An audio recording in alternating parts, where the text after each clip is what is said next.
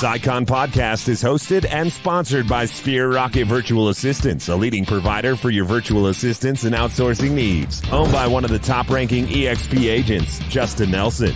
Sphere Rocket VA provides a one-stop virtual staffing solution for business owners, and we specialize in helping business owners grow their business by leveraging through virtual assistants. Trusted by the top names in the real estate industry like Kyle Whistle, Andrew Franklin, John Kitchens, and many more. Get ready to up your success, and we'll help you achieve your business goals. Book your free consultation at sphererocketva.com and find out how we can make your life easier. Hello. Happy Friday. And if you are late and listening to this podcast on a Monday, that sucks for you. My name is Gianna. I am the host of the Icon podcast. So welcome back to another episode. And today we are featuring Kevin and Stacey Goodman. Thank you guys so much for joining. Good morning. Thanks for the invite. Of course. So let's talk a little bit about you guys, your history, where you live. The hiccups now. This is a mess already. Where you guys live, your story, how y'all got into real estate and, working together. Okay. Do you want to go first? I figured I'd let you start that one. Do you want me to talk about you? No, I talk about how you got in real estate, where we went, how we wound up where we're at. Okay. Well, we live in a small town, Ennis, a little south of Dallas, about 30 miles. Okay. I got in real estate when my children were, they were 12, 15, and 17-ish. So about 18 years ago. I had always been interested in real estate, so I just thought it was the thing to do at the time. Kids were all half grown, and I had some time, so I did it.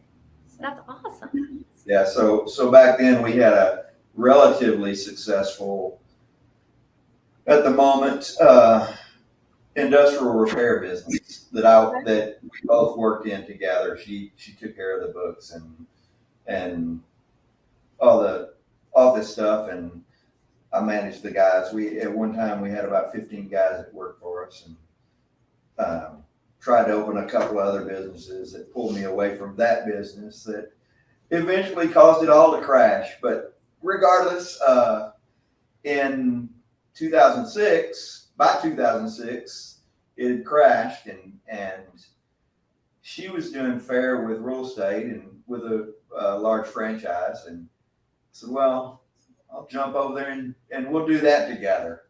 Sure. So we did, and lived that out until the crash of the real estate, and I guess we hung on until about 11 and left the big box brokerage and went to a small brokerage. That didn't work out so well either because of it did. I take that back. We loved the broker. Later on, there were other people that got involved that we didn't necessarily get. I didn't necessarily jive with. Yeah, so yes, she jives with everybody. I'm harder to get along with. Mm-hmm. Anyway, so I found eXp through a podcast. Imagine that. Yeah. And 3 years later, we're two-time icons, or soon to be. We'll close our icon transactions for this year in the next week or so. Yeah, I know. Woo! Congratulations, guys. That's huge.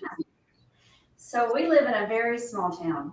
Mm-hmm. Kevin's family's been here since the beginning, and I'm a transplant. But what is there, about 20,000 people here? There's about 20,000 now, and we actually, my family has deeds that go back beyond the founding of the little town we live in. So yeah, it's pretty cool to go look at some old land grant deeds that were mid 1800s, but yeah. Hey, absolutely, guys. And then, so you were introduced to eXp via podcast, and how did that, how'd you stumble across that podcast? Who did you reach out to ask some questions before you came over? How'd you cut that cord from your broker? Tell me that story about the transition, because that can be the hardest part for some people. Well, for me, I think the broker pretty well expected it. we had actually, not me and he, but me and his wife, she came on to the brokerage and wanted to get her hands into things, and sent one of my clients some information that it was actually a walkthrough form is where we got crossways. But anyway, that's in the weeds.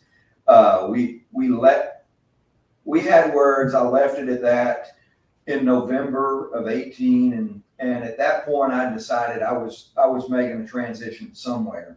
Didn't know where. Didn't want to be a irrational person and leave because of I was upset. So Right. it took me until May of the following year of 19 to actually make that transition. But I'd heard on a podcast about eXp and had kind of got connected with Kevin Cottrell, and me and Kevin talked it through, and it worked out best that I go under Gene. So Gene is actually our sponsor. Mm-hmm. But he did all his due diligence. He called eXp agents to find out about eXp. So he called different agents trying to find out why people loved it. I really wanted to find, I'd never heard of it. eXp was about 18 or 19,000 strong at that point, and I'd never heard of it. So I wanted to find somebody that had some good, solid information on it. And Yeah. I Googled eXp agents.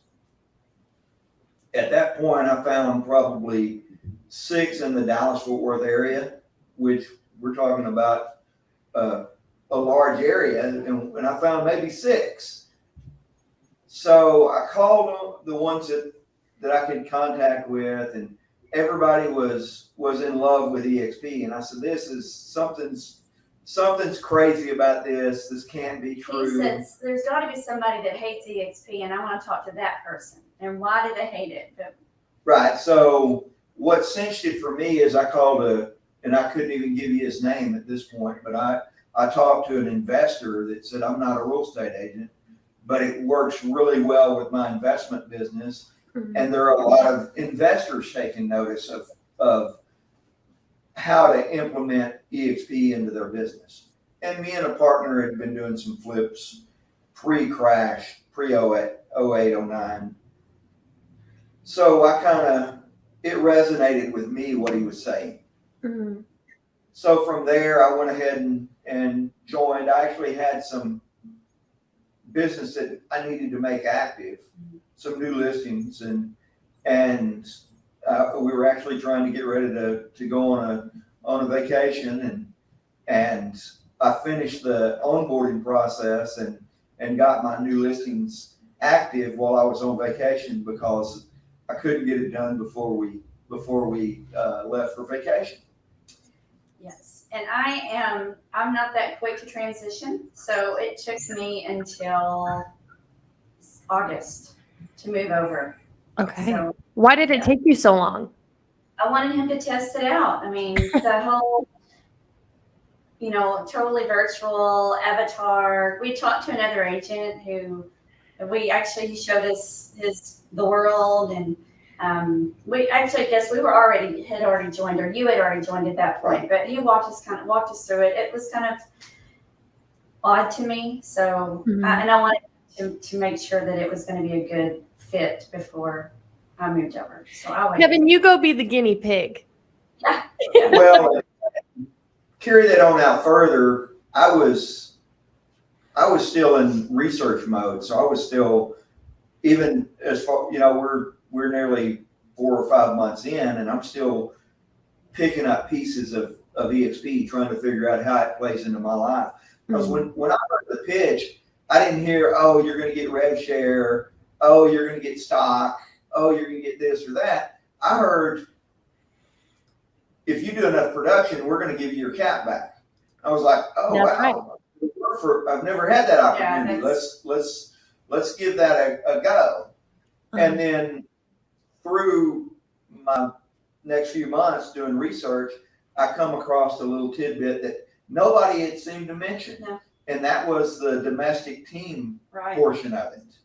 And we had never had that offered to us at the other brokerages. So Yeah. Right. we So always been individual agents, never a team. didn't And- share cap, had 2 caps, and was like, hold on. So that cuts half of that expense out.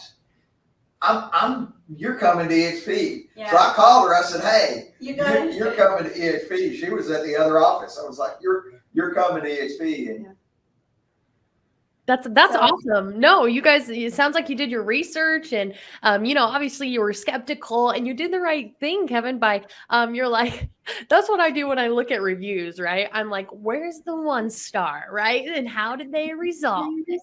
And so, I like how you approached it. You're like, let's find somebody that hates eXp, which is few and far between. And so, then going straight to the source, testing it out yourself. And then here you are, Icon Agents, which is awesome. And my next question is, now that you guys are over here and really enjoying eXp, obviously you already mentioned the getting your cap back in stock, but what is something you didn't expect about this brokerage that now you really enjoy or didn't know about? I want to say the culture. It took us a few years really to plug in because it is a virtual brokerage. So you don't enter unless you make the effort. You don't interact with other agents within eXp. Because we're south of Dallas. There's Yeah. not very many in Ellis County where we live. There's not very many agents, and it took us a while to get plugged in. So, And the culture that in the last 2 years we've really plugged into the culture. And I guess it's really not even been 2 years. No, It's probably been, it was a few months before build of last year. So it's probably been just over a year. right. And, COVID had something to do with Right. that too, because we're going through this pandemic and nobody's meeting in person. Everybody's doing Zoom. So through that process, we figured out that the eXp culture is unlike any other we've ever experienced. It's not a culture, it's a community, right? Right. eXp agents want to share what they're doing to be successful. They want to share what they're doing to become Icon agents. And we had never had that before. I mean, I've been a realtor like 18 years, and before eXp, you go into the office to the top producers and say, hey, how do you do what you do? And they give you just enough, but not all of it. They wouldn't share everything. And we live in a small town, so I'm like, why can't you help us? We're all friends. But, Yeah. We've heard time and time again when we go to different events and people are not part of eXp, how awesome they think the culture and how everybody is so, willing to help. And so that's It's the dog eat dog world at those other brokerages, makes it tough. And then you guys, okay, so clearly you're married because you've got the same last name, unless you're brother and sister. So, right. And then you are, trying to balance family. You live in a small town. I'm sure you guys have a lot of clients. So clients that are friends too. So how do you draw the line between work and play? Where's that work-life balance stand for y'all? And then, how do you continue to improve that balance for you guys and keep, boundaries healthy and just go day to day, right? Well, So we're probably different than most couples in that we spend 24 hours a day. Well, I'm going to say we probably spend 23 of 24 hours every day with each other, and we're okay with it. And then we're okay with actually not having those balances where we go, okay, today we're not going to work. Because if the phone rings, one of us is going to pick it up. Right. It's just part of the business, the service industry that we've been in. Like I say, we owned a service business, an industrial service business before. Mm-hmm. So the phone rang. One night I got out of bed 4 times and not got out of bed 4 times, got out of bed, went and got in the truck and went and ran a service call 4 different times. In one night? In one night. So it's not unusual for us to, I guess you could probably say we don't have work-life balance. We work when people call us, and I mean, we go on vacation. We always take our laptop, and if we can't do it, then we have someone help us while we're gone. But we take our laptops even when we're on a cruise. We spend at least several days while we're gone. Fielding problems or checking emails and doing or building business. I mean, so it doesn't stop. You have to continue. You got to continue the hustle. That's right. So we've done several cruises. So since I'll give you a kind of a rundown. Since the restrictions have eased up, we've done either 3 or 4 cruises. We've went a mastermind in Puerto Rico. Participated in the Cabo event, Tennessee. We went to Sprint in Tennessee. Sprint, where we met, eXp Summit, and then a couple of trips, probably 3 trips to a beach house in Galveston. So we take our time to go do our things, but with everything we do, we carry work with us. Yeah. And the last cruise we were on, we were in a hot tub, and Stacy picked up like 3 referrals from people in the hot tub. Just drinking my wine. Damn, Stacy. In there hustling, drinking her wine. Everybody's like, you know what, Stacy? Here's some money. Go get them, girl. That's awesome. That's really cool, guys. And it sounds like, you kind of consider these masterminds where you're traveling out of state. Not only are you recharging, but you're also, improving. So that's a really cool balance that you guys have there, which is the best of both worlds. And now, if you guys want, let's talk a little bit about the Icon Award, because on the Icon podcast. So in your market, if you guys are just in Ennis, Texas, right? I don't know if you're in any other states. If you are, tell me. But what does your production look like? What's the average housing price? And how many homes as a team do you have to sell to hit your cap? So fortunately, we've been in business long enough, and I've got some industrial connections, and we don't do just houses. So it some years it's you do a bunch of houses to get cap or get cap, and then you're really pushing for Icon. But most of the time, I'm able to pull a couple of commercial deals that are going to be 50 or 60% of actual cap in one transaction. Yeah. So when I'm able to do that, it makes for a really good, easy push to Icon. Yes.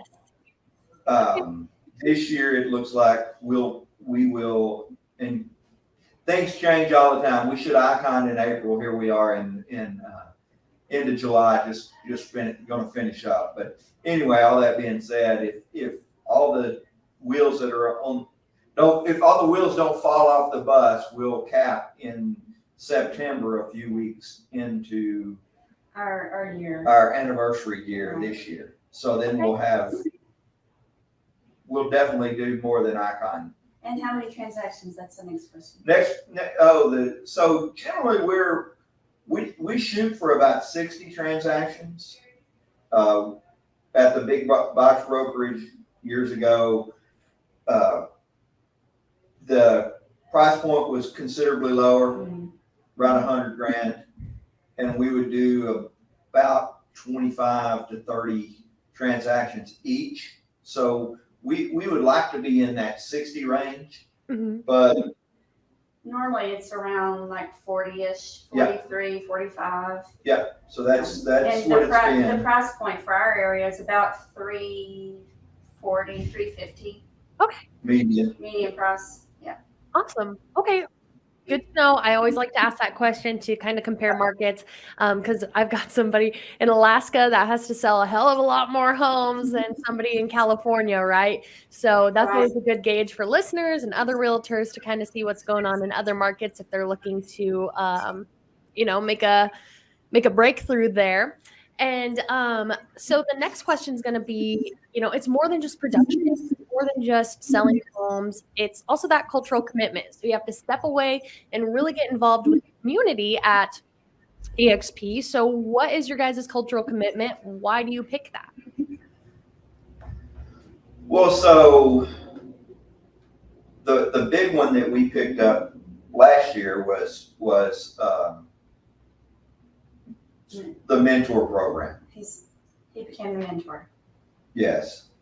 Why do you pick mentoring out of, like, you could vet other icons, teach an EXP world, so why mentoring? Well, for one, I'm not really a good teacher. I don't have the patience for it. I don't think. I don't either. I love the honesty. I've got some bandwidth for mentoring if the mentee is serious about doing work. Mhm. Now the sad part is most of the mentees that I've picked up, they struggle with the commitment of actually doing the work.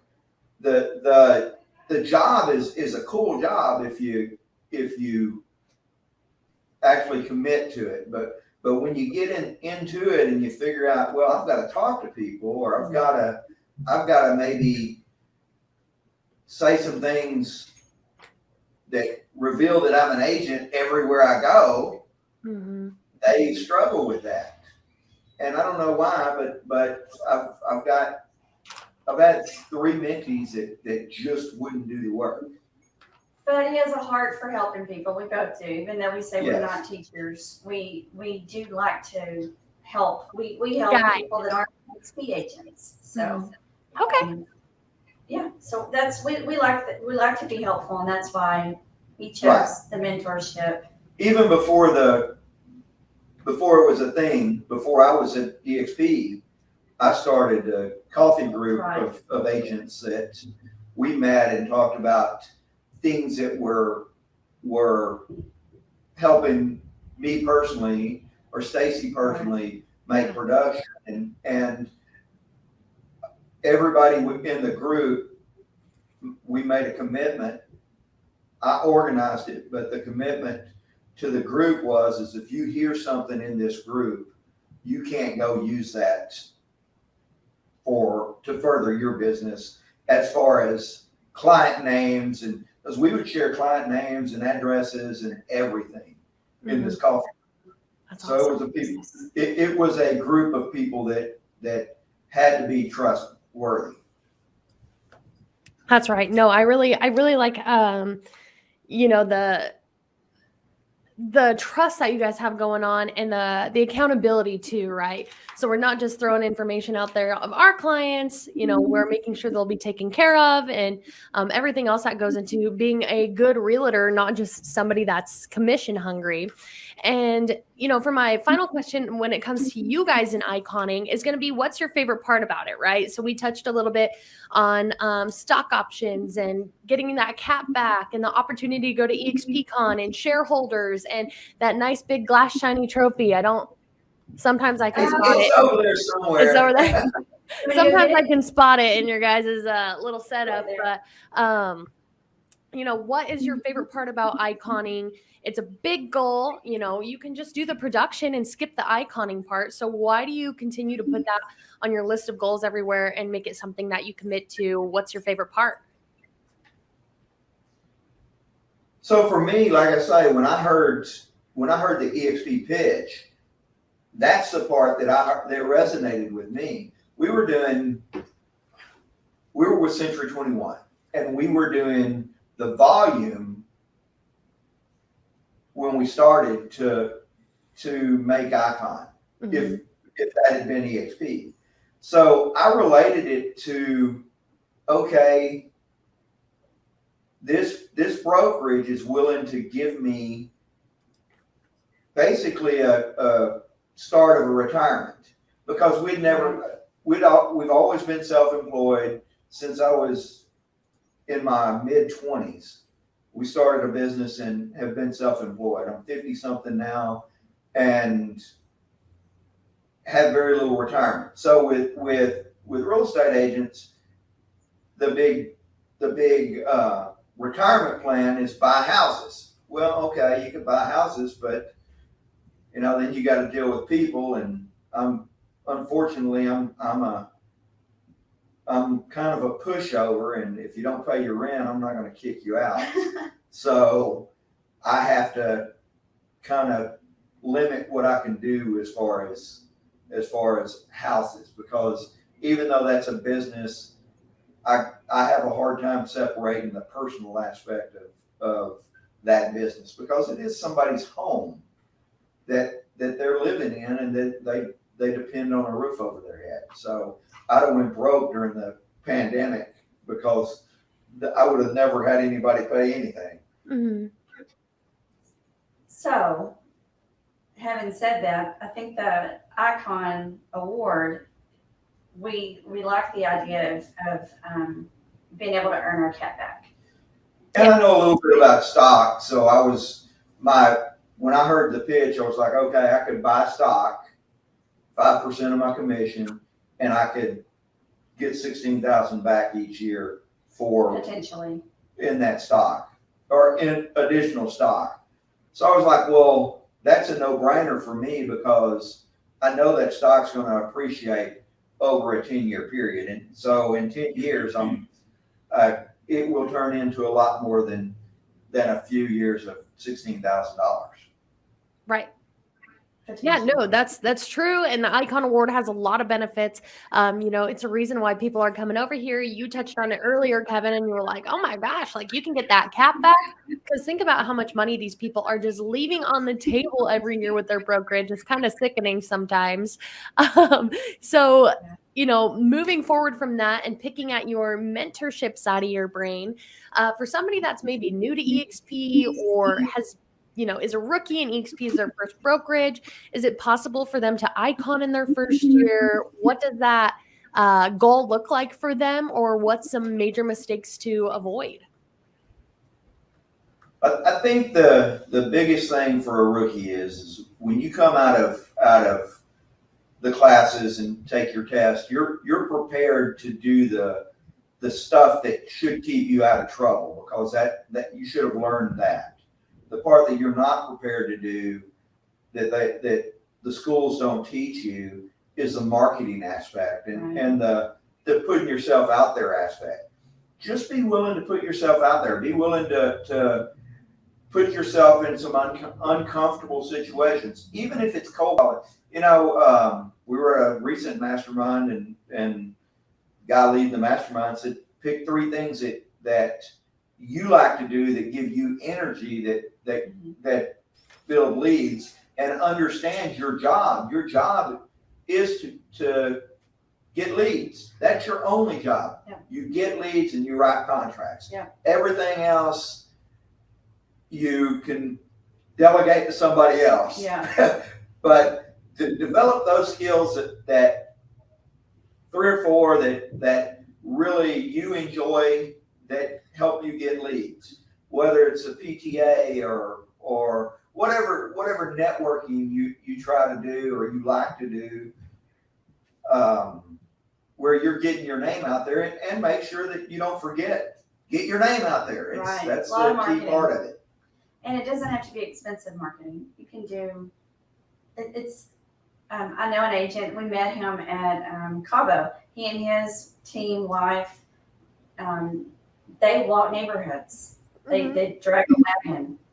It could be pretty inexpensive. Just get to know your neighbors, or target a whole neighborhood that you like. It can be pretty inexpensive. I know when you first start out at everything, it seems overwhelming because everything costs you a lot of money and you're not making any yet. But there's a lot of things you can do that doesn't cost very much. Too much. Yeah, great advice there, guys. And, we talked a little bit earlier, Kevin, about how you guys were a little skeptical of eXp. So you did some research and checked it out for yourself. But for somebody that may be watching right now and they're, waiting for the other shoe to drop, they see it's too good to be true, but they are also seeing the greener grass and thinking about making that move over here. What would you have to say to them to kind of nip them in the butt to, make that move and, take the risk? Well, for me, I think that you got to look at the bigger picture and do the research, but it's all true. Everything that's in writing, everything that's put out there, it's if you'll do the work and you'll get involved. Now, I think that's a big key too, as far as what I would tell mentees is you got to get involved. But it is a great culture. The culture part of it, you're not going to see that anywhere in writing other than cultural commitments through the Icon program. But the stock options are there, and the stock's done great. The Icon Awards there, I guess according to NAR, we're in the higher percentile of producers, but we're not massive producers. We're not doing $50 million a year. Right.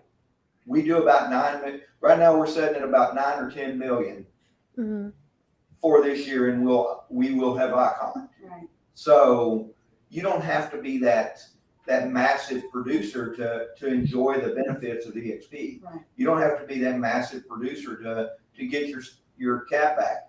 And then you look at, like I said, I didn't hear the rev share part of it until later on. About a year ago, we started thinking about rev sharing, what it could mean.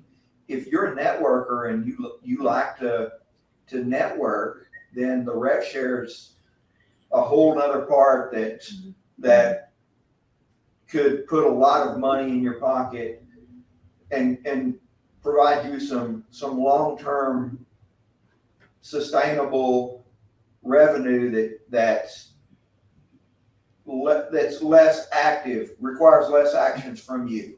Right. That's awesome. And great advice. If you guys have any questions about making the move over to eXp, I think Kevin and Stacy are going to be some great resources for you. So make sure to reach out.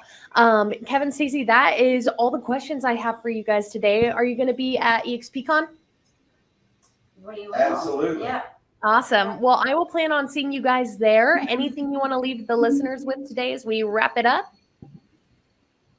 Build 22. It's in Dallas. In August. August, what is it, 19th through the 20th, whatever it is, look up Build 22. It's, if you're interested in eXp, you're in the Dallas-Fort Worth area or you want to visit the Dallas-Fort Worth area, there's still tickets available. Come on, I'll see you there. Yeah, it's a great time. And then we'll see you at eXpCon. Can't wait, guys. Thank you so much for your time today. Awesome episode, and we will be seeing you real soon. Bye. Thanks. Bye, guys.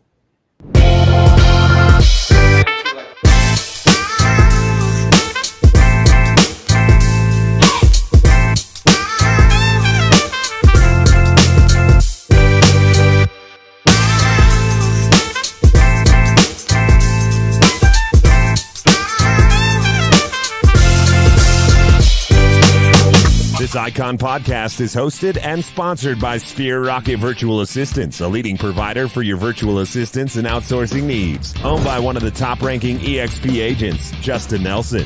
Sphere Rocket VA provides a one-stop virtual staffing solution for business owners, and we specialize in helping business owners grow their business by leveraging through virtual assistants. Trusted by the top names in the real estate industry like Kyle Whistle, Andrew Franklin, John Kitchens, and many more. Get ready to up your success and we'll help you achieve your business goals. Book your free consultation at sphererocketva.com and find out how we can make your life easier.